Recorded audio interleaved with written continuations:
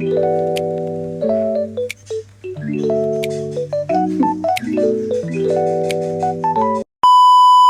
Kumusta mga tropa? No? Nakalimutan na natin paano gumawa ng vlog, paano gumawa magsimula, paano mag-start ulit mga tropa ng vlog, no? So, tagal nating nawala. Hindi tayo nakagawa ng mga video natin, no? So, nakamiss ko lang yung it's boy! Hanggang ulit, back at it again, yung intro natin.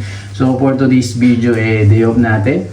So, sasamahan natin si Honeymaze TV na mag-set up ng kanyang mini studio, no, yung kwarto na yung mini studio dahil nagmumukbang ASMR siya mga tropa. So sa mga katropa natin dito sa Facebook, no, sa mga katropa natin, shit, nakalimutan ko na talaga paano maging content creator, no? Hindi naman tayo vlogger kasi kung vlogger tayo, lagi tayo may upload mga tropa, no? So busy tayo, no?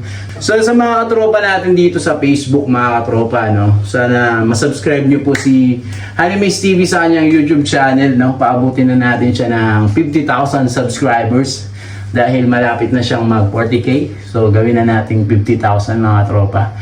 Hihingi po kami sa inyo ng tulong, yeah? Para maabot namin yung kanyang gustong goals sa kanyang YouTube channel dahil nagbabalik po siya at hindi niyo na siya masyadong makitang nag-upload sa kanyang Facebook ng mga videos niya dahil nandun na po lahat yun sa may YouTube channel niya na Honeymaze TV. Ito ay piplex natin mga katropa, ano. What's up mga katropa? Welcome back to Honeymaze TV.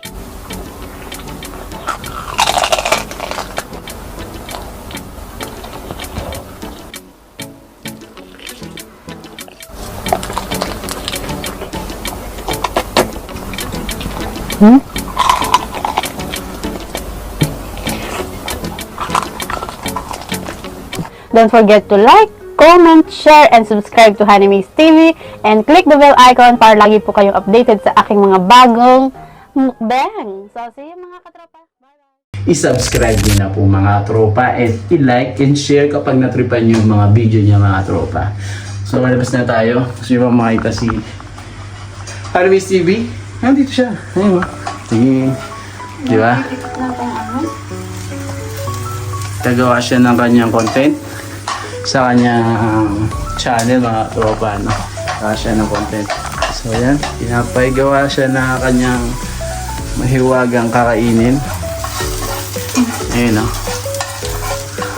Gawa siya. So, ito yung ating kinakabisihan mga tropa. So, ayan yung higaan namin dito. Tapos, ayan yung setup niya sa kanyang mga ginagawang content mga katropa. At yun nga mga katropa, no, dahil nagbabalik tayo sa ating mga gustong gawin as a content creator, nakalimutan natin tong bago nating mic. We got this Holy Land mga katropa, no? So tingnan nyo, hindi pa natin na isuot dahil syempre nakalimutan na natin yung tamang ginagawa natin, tamang proseso, no? So kabit muna natin tong mic natin na Holy Land Mic 2. Connect ko muna sa cellphone. Ano lang naman to, plug-in. Plug-in lagi siya. Plug-in lang yan. Siya, mag-blue siya. Tapos mag-green. Pag nakakonect. Yun ako. So, yun nga mga katropa, no? So, may bago tayong mic, yung Holy Land. Hindi natin nagamit. So, meron din siyang noise cancellation. Ayan, ay tayong naka-green. May noise cancellation to. So, pwede tayong magsalita lang ng malumanay. Ibit lang natin dahil nasanay na nga tayo na hindi nagagawa ng content, talaga namang nakakalimutan natin yung mga dapat gawin. So yan mga tropa, kabit na yung mic natin. So mawawala na yun yung mga ingay-ingay, yung mga kaluskos ni Honeymaze TV dahil nasa kusina siya, yung mga lutoy niya.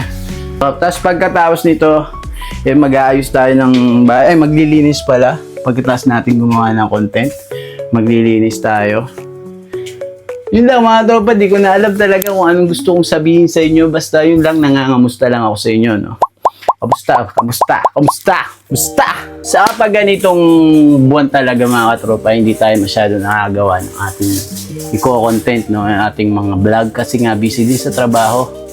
busy sa trabaho, maraming iniisip, nandun na tayo sa stage ng pag-iisip paano aasenso sa buhay at makakaraos sa pang-araw-araw na buhay mga katropa. Purpose ko naman talaga ngayong araw na to, kaya gumawa tayo ng content natin. Gusto ko lang kayong kamustahin mga katropa. Yun lang yun. Dahil na-miss ko din kayo. Saka nag-iisip tayo kung ano ba yung gusto natin talagang gawin. Kung babalik ba ako sa pagmumukbang, smoke vlogs mga katropa, no?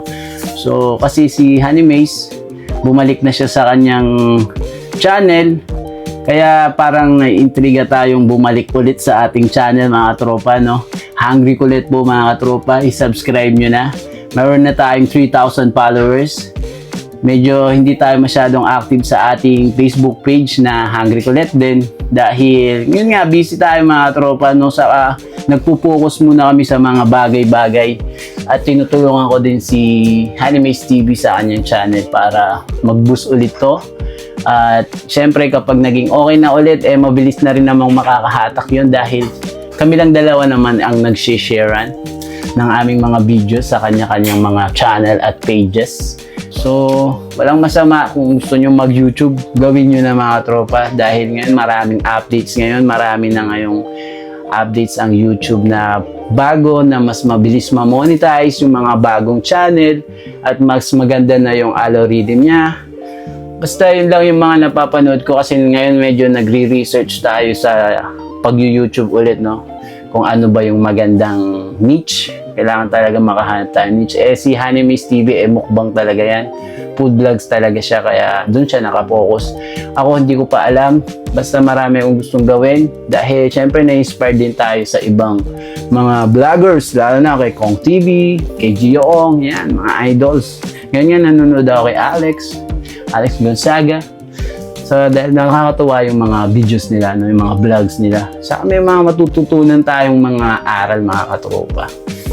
So, yun lang mga katropa yung video na to, no, dahil gusto ko lang talaga yung kamustahin. Kamusta kayo talaga?